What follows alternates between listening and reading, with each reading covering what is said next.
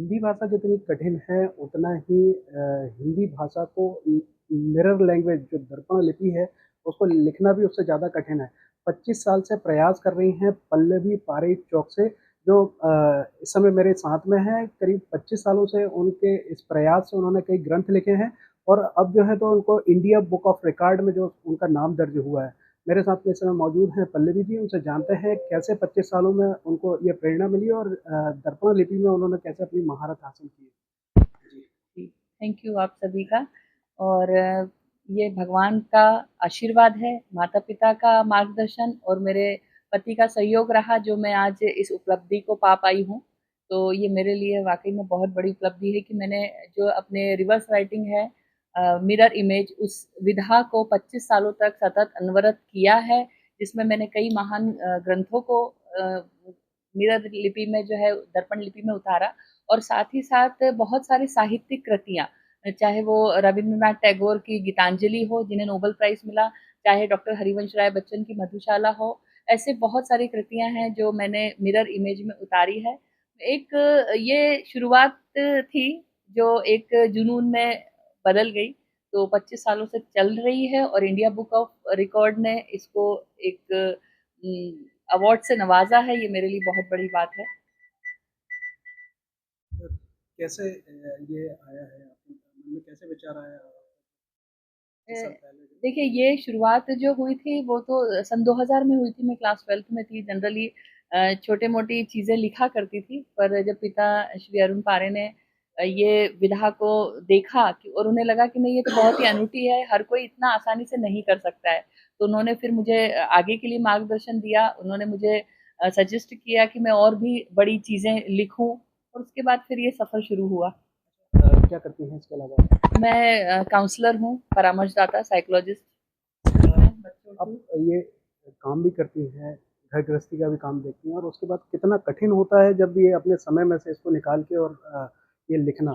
बिल्कुल, बहुत कठिन है क्योंकि हमको बाहर वर्किंग लाइफ़ भी मैनेज करनी है, घर भी देखना है, बच्चे भी सारी चीज़ें।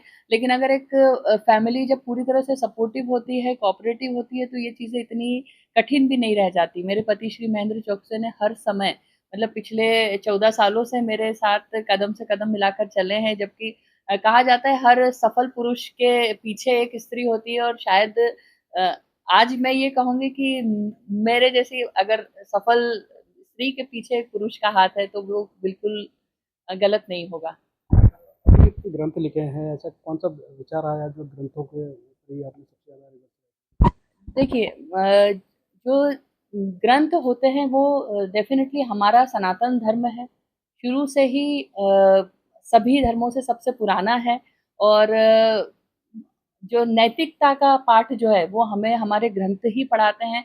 हमारे ग्रंथ ना केवल सिर्फ़ हमारे धर्म के बारे में, जबकि वो सभी धर्मों के बारे में जो है उनका आदर भाव करने का मेरे ख़्याल से हमारा एक ऐसा रिलिजन है जो काफ़ी पुराना भी है और सभी धर्मों का आदर करने का हमें सिखाता भी है। तो डेफ़िनेटली फिर मेरे मन में ये आया कि क्यों ना हम सभी धर्मों को बराबरी से मान्यता दें और उनका आदर भाव शायद ये मेरी तरफ से एक उनको आदरांजलि है कि मैं सभी धर्मों को बारे में लिखना चाहती हूँ, जैसे-जैसे मुझे मिलेगा।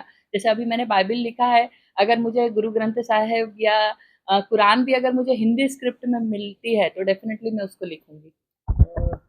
इंडिया बुक ऑफ रिकॉर्ड में तो नाम दर्ज हो गया है, अब जी। आगे की तैयारी कैसे हैं? आगे की तैयारी एशिया बुक ऑफ रिकॉर्ड और उसके बाद फिर जितना भी है, मेरे तो वर्ष बढ़ते ही जाएँगे क्योंकि मैं आज 25 साल हुए हैं, आगे भी 25 साल ईश्वर जब तक चाहेगा मैं बिल्कुल लिखूँगी क्योंकि ये लिखना मुझे पसंद है। कब से प्रयास कर रहे थे ये इस रिकॉर्ड के लिए? काफ़ी टाइम से कर रही थी सर, प्रयास कर रही थी पर कभी कुछ कभी कोई ना कोई परिस्थितियाँ क्योंकि ये थोड़ा-सा इसका क्राइटेरिया जो है वो इतना आसान नहीं है।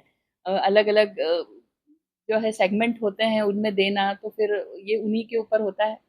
तो काफ़ी टाइम से प्रयास कर रही थी तो आखिर सफलता मिली। ये थी पल्लवी जी जिन्होंने बताया कितना कठिन होता है दर्पण लिपि जो मिरर लैंग्वेज होती है उसको लिखना, क्योंकि हिंदी भाषा तो एक नॉर्मल आदमी लिख लेता है लेकिन उल्टे शब्दों में लिखना उसको कितना कठिन होता है। देवेंद्र वैस, ईटीवी भारत, नर्मदापुरम।